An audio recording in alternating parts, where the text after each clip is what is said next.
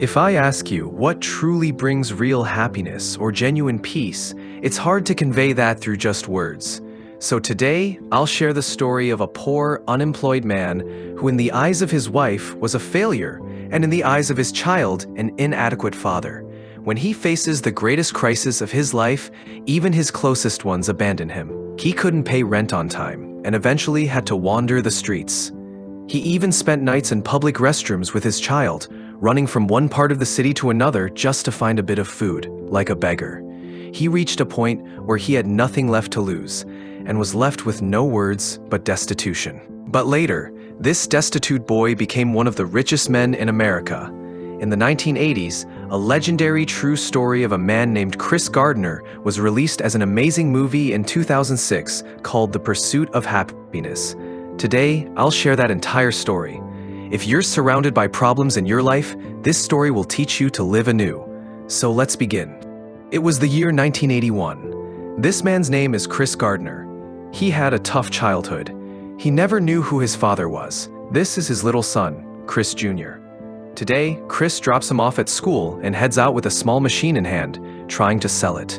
This isn't an ordinary machine. It's called a bone density scanner, somewhat like an X-ray machine. At that time, it was a new product on the market. Chris spent all his savings to buy about 30 of these machines, hoping that selling them would improve their financial situation.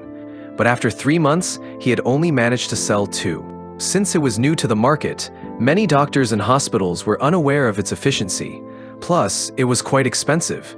Chris planned that if he could sell at least 3 machines a month, his family would be fine. But now he couldn't even sell 1 machine a month. As a result, his wife Linda had to work double shifts. Essentially, Linda was the one supporting the family entirely. This led to a heated argument between Chris and Linda that night. Linda was frustrated from working tirelessly alone to support the family, while Chris struggled to contribute. Meanwhile, their young son was growing up amidst all this chaos. The next day, Chris set out with another machine, determined to sell it. He had to, as they hadn't been able to pay their rent for quite some time. They were even behind on their taxes. But it didn't help. Wherever he went with his machine, no one wanted to buy it. One morning, Chris was walking down a busy street when a luxury car stopped in front of him. A wealthy man stepped out, and Chris asked him 2 questions. "How did you become so wealthy?" The man replied, "I'm a stockbroker." Chris then asked, "You must have studied a lot for that, right?" The man answered, "You don't need to worry about that much. You just need to be good with numbers and know how to talk well with customers." With that, he left. Hearing this, Chris started thinking, if they can be so happy, why can't I? The next morning, he told Linda that he was thinking of trying something new. He wanted to learn about stock marketing alongside selling his machines. But Linda insisted he focus on his current job because they were already burdened with taxes and would be evicted if they couldn't pay the next month's rent. She urged him to sell the machines no matter what. Linda showed no empathy towards Chris, and her words became harsher day by day. Despite everything, Chris decided to apply at the branch of the stockbroker he met. There, he learned that out of the hundreds of applicants each season, only 600 were selected for interviews. From those, only 20 were chosen for a 6-month training program, and just 1 would secure a job. Chris realized the competition was intense, but he had faith in himself. He was good at talking to people and had strong mathematical skills from a young age. A few days later, he filled out the form and submitted it to the company. Then he went back to his old job. Luckily, Chris was selected among the first 600 applicants. Another month passed, and he couldn't earn a penny for his family, which strained his relationship with Linda even more. She lost her trust in him. Despite everything, Chris kept telling her, "Be patient, everything will be fine." It had been a month and a half since Chris applied to that company, but there was no update. So he went to talk to Jay Twistle, a senior employee there. But Twistle was in a hurry, his taxi was waiting, and he had to go outside the city. Chris lied, saying he also needed to go there, and joined him. During the ride, Chris tried to befriend Twistle, explaining his desperate situation and how badly he needed this job, showcasing his skills. But Twistle wasn't really paying much attention to him. Twistle was focused on solving a Rubik's Cube, which had just gained popularity in the early 1980s. Anyone who could solve it was considered quite clever. When Twistle couldn't solve it, Chris took the cube and began to work on it. Chris had practiced solving it at home, as his son also had one. Every night he tried to solve it, but could never quite complete it. As Chris started solving each side of the cube, Twistle was amazed. Solving even one side was challenging for most people back then, but Chris managed to complete the entire cube. This left Twistle in awe. By then, they had reached Twistle's destination. He got out of the car, and Chris, checking his wallet, saw he had little money. He quickly asked the taxi driver to go a bit further and seized the opportunity to run away without paying. But the taxi driver wasn't willing to let him go easily. Eventually, Chris hopped onto an underground metro, but unfortunately, his machine got stuck outside the gate. This was one of his biggest mistakes, because selling that machine could have supported his family for an entire month. Now, he had lost it. But it didn't end there. That day, in the rain, Chris called Linda to inform her he would be late coming home. However, Linda made a final decision. She said, "I can't continue anymore. It's better if we go our separate ways from today. I'm leaving with our son. You live your life as you wish." Then she hung up. Chris felt like he had nothing left to do. He returned home and frantically searched for them, but the house was empty. At that moment, the phone rang. It was Twistle calling to say he was impressed by Chris and asked him to meet the following morning.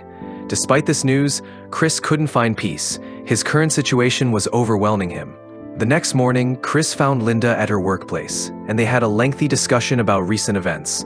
However, Linda made it clear she didn't want to return to her old life. She wanted to start anew.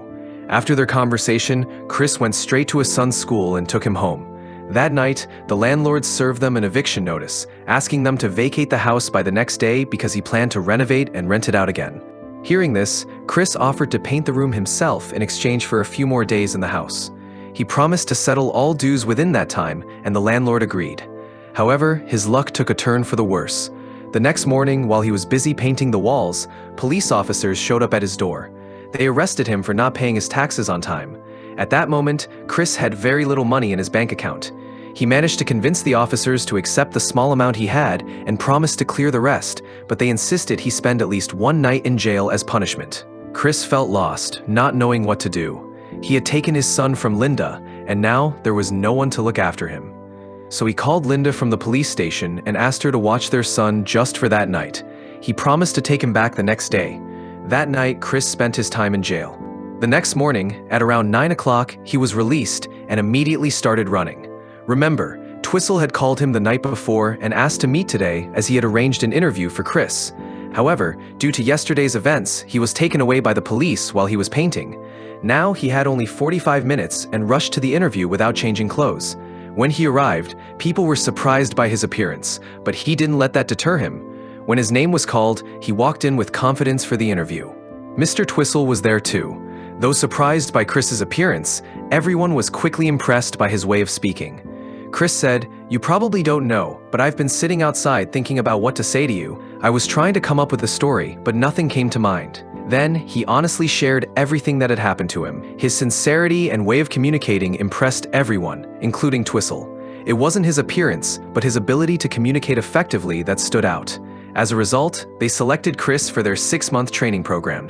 However, the challenge was that the training was unpaid, and after 6 months, only one of the 20 trainees would be selected for the job. That night, Linda returned home with their son.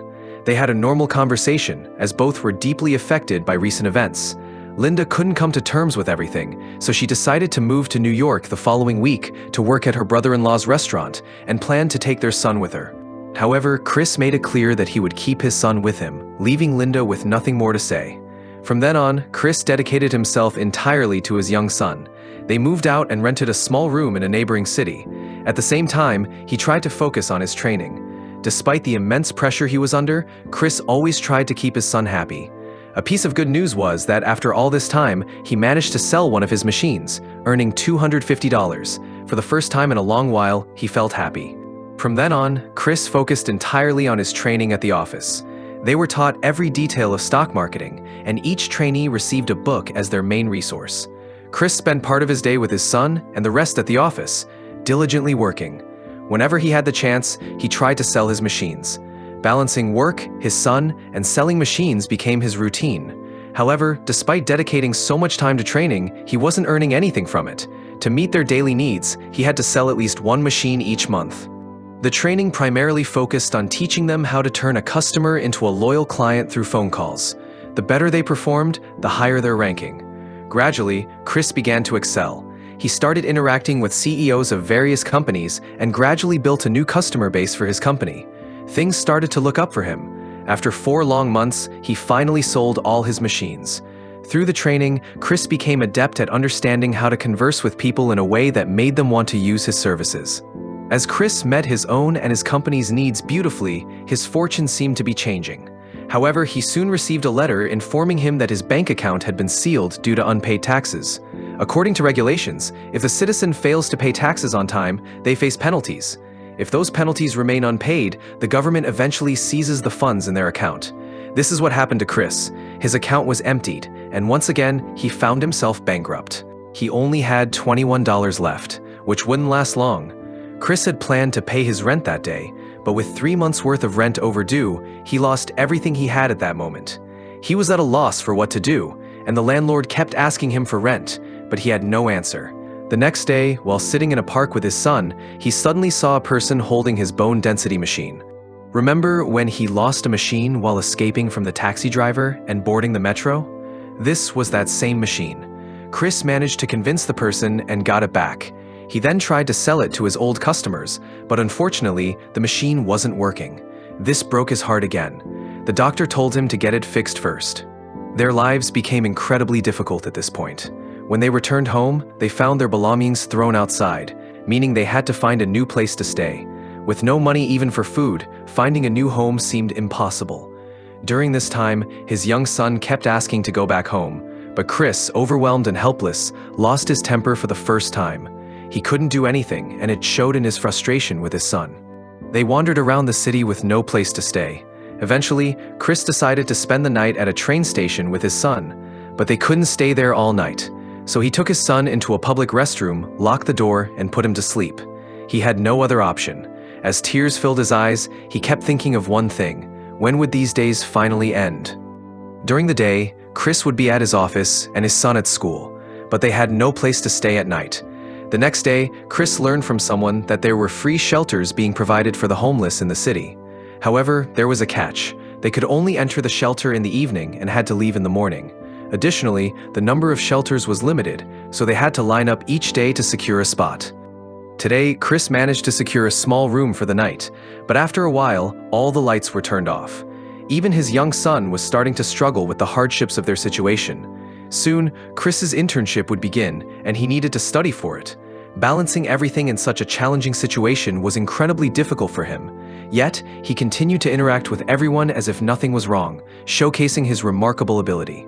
This quality was essential for a stockbroker, but he still had to prove himself through the process. As 6 months passed, Chris's training was nearly over. Soon, he would take his final internship exam, and he did exceptionally well. However, he had to be mindful of time. If he was late, he wouldn't get a spot at the free shelter. After finishing his exam quickly, he was about to leave when his boss suddenly approached him, saying, "I left my wallet inside. I need $5 to pay the driver. Could you lend me $5? Chris checked his wallet and saw he had only about $7 or $8 left. Despite this, he gave his boss the $5 and quickly went to line up with his son for the shelter. Unfortunately, they were informed that all the rooms were full for the night. Seeing his young son's disappointed face was heartbreaking. Wandering like nomads had become their new normal, but unlike birds, they didn't have a home. With no money left, Chris had no other option but to sell his blood at a hospital, where he received $40 in return. He immediately bought a small part to fix his broken machine. That day, they were lucky to find another place to stay for free. That night, Chris's son asked him, "Did Mom leave because I did something wrong?" Chris, feeling heartbroken, replied, "Mom left for her own reasons. Just tell me, are you happy with me?" His son simply responded, "You're a great dad." With that reassurance, Chris put him to sleep and started working on fixing the machine. After a lot of effort, he finally managed to repair it. The next day, he took the repaired machine to his old customer, who was satisfied and bought it for $250. With that money, Chris's first thought was about his son's hardship, having endured so much without a stable place to stay. That night, he spent $50 to rent a hotel room, and they had a comfortable night's rest. Soon after, the day arrived when the results of their training would be announced, deciding who would get the final job. Chris had brought in more clients to the company than most others, but that alone wouldn't secure his selection.